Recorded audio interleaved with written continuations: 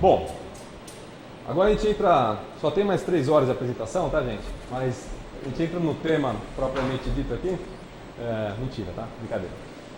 Que é patologia das estruturas. Na verdade, não é só patologia das estruturas, mas das edificações como um todo. Eu vou focar um pouco mais em estrutura porque vocês vão perceber que o universo é bastante grande e a gente precisa focar um pouquinho para conseguir fazer a palestra, inclusive, não ficar tão longa, né? E a gente conseguir absorver o máximo também de informações.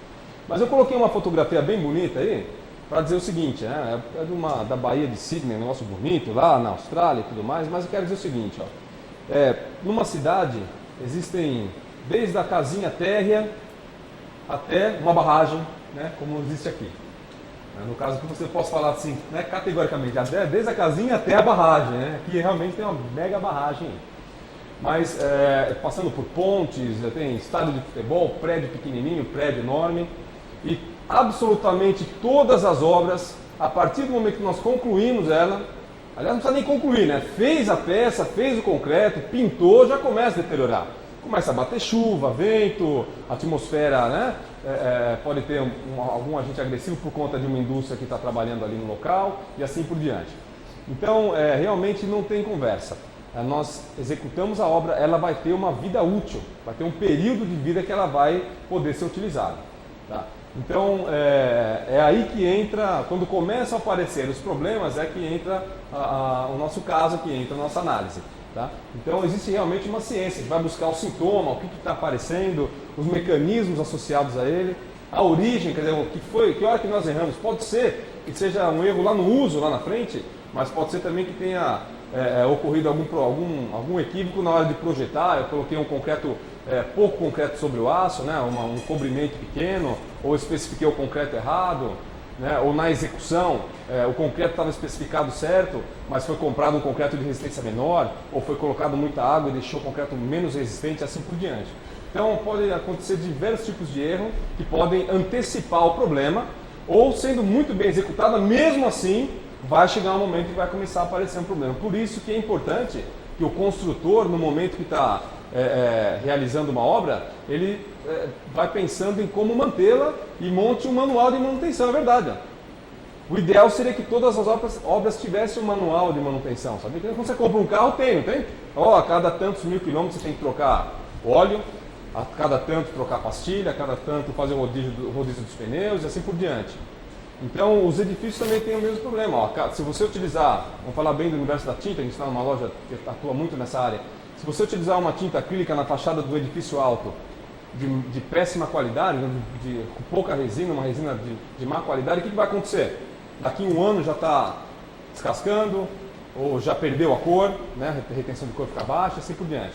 Se for uma tinta de melhor qualidade, você vai aumentando a durabilidade dela, é a mesma coisa.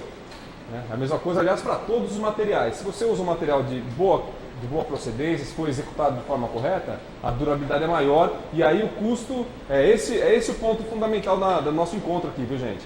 Que o custo tem que estar sempre associado ao tempo. Né? Então, se a gente pensar assim, eu vou comprar aqui uma tinta bem simplesinha, porque eu quero só quebrar o galho. Tudo bem, se a ideia é só quebrar o galho, também não reclama daqui a um ano que você vai ter que repintar. Agora, se você investir um pouco mais e colocar uma tinta que dure 5, que dure 8, que dure 10 anos, você não vai ter que pagar, né, o serviço de novo, preparar a parede de novo, sem contar que a tinta também deixa de proteger o reboco, ele acaba fissurando com o tempo. Então, é essa equação que a gente vai tratar ao longo da apresentação aqui. Bom, dando sequência, então, a origem, né, o momento que nós erramos, a causa, tem a ver lá, o sintoma, a causa, né, qual é o agente causador. Se a atmosfera está muito violenta, se é muita carga, não estava projetado para aquela carga, assim por diante. E o que a gente não quer é aquela consequência ali, chegar a uma redução importante da vida útil da estrutura ou do edifício. Né? Alguém sabe me dizer para quanto tempo o projetista tem que definir, quando ele está fazendo o projeto hoje em dia, quanto tempo tem que durar um edifício, uma casa? Mínimo. Alguém sabe dizer aqui? Não. 20? Não. 50 anos. 50 anos sob manutenção. Não é 50 anos usufruindo e chega com 50 anos eu começo a pensar em mexer. Não é. Exatamente. Exatamente, a manutenção é periódica, é uma repintura, de tempos em tempos, a troca de um selante, consertar uma telha, tirar toda a sujeira de dentro da calha, simplesmente, isso é manutenção.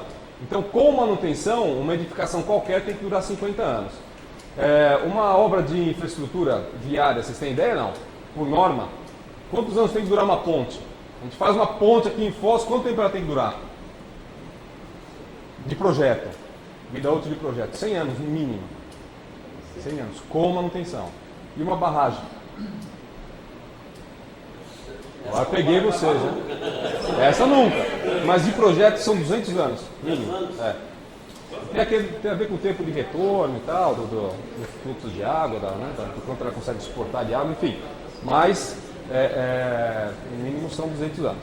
Então, ou seja, ninguém vai fazer uma casa aqui pensando, eu estou aqui com 65, 70 anos, eu acho que eu vou durar mais 10, então eu vou fazer uma casa mais ou menos só para durar 10 anos. Ninguém faz isso, né? Você faz a casa para durar para o filho, para ficar mais tempo, não é isso? Então tem que fazer dentro da norma para durar no mínimo 50 anos, e com manutenção. Tá? Então eu vou mostrar alguns exemplos aqui de problemas que a gente vai enfrentando. Ó. Então, corrosão da armadura, o bom da corrosão da armadura é o seguinte, quando o aço começa a oxidar dentro do concreto, ele gera uma expansão na superfície. E aí ele empurra o concreto e fissura ele primeiro, depois ele empurra o cobrimento e... Todo mundo já viu isso, né? Acho que ninguém vai falar que não, viu? Todo mundo já viu o aço, né, aparecendo, que é fissurado primeiro, depois cai um pedacinho do concreto. Então isso é ótimo, porque se o aço corroesse dentro do concreto quietinho, né, bem mineirinho, o que ia acontecer? Ia ficar quietinho, né, uma hora e ia acabar o aço e ia cair de repente, né?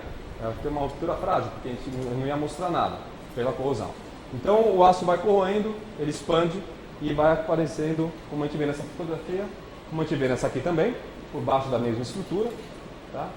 Isso é um estádio de futebol que eu não vou falar o nome, senão vocês vão lá pular e vai acabar caindo, tá? Então é melhor não falar onde é.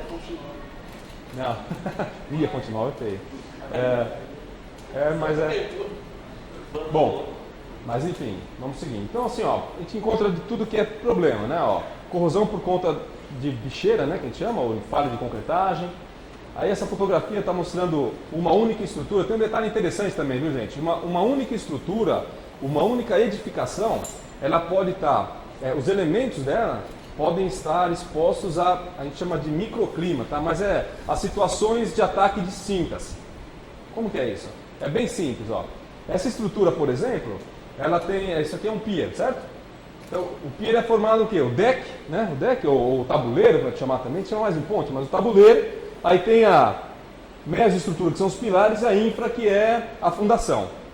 Então eu digo para vocês que aí tem 3 climas diferentes essas peças aqui. Você sabe me dizer quais são os 3, não? Bom, então o sal é importante, todo mundo lembra do sal, mas é o seguinte, ó, embaixo da água tem um microclima muito tranquilo para o concreto, porque quase não tem oxigênio, a corrosão é muito lenta. Aí tem um outro clima que a gente chama de zona de respingo de maré, que é onde está tudo arrasado ali, ó, onde o pilar se encontra com a água ali, onde há a variação de maré. E a terceira zona seria o tabuleiro em si, que está exposto ao ambiente cheio de cloreto, cheio de sal, como se diz, né? Mas que não tem tanta variação de umidade como acontece na zona de respingo de maré. Então depois a gente vai ver a norma brasileira, rapidamente, lá, o que ela caracteriza, mas por incrível que pareça, embaixo d'água o concreto está muito bem protegido.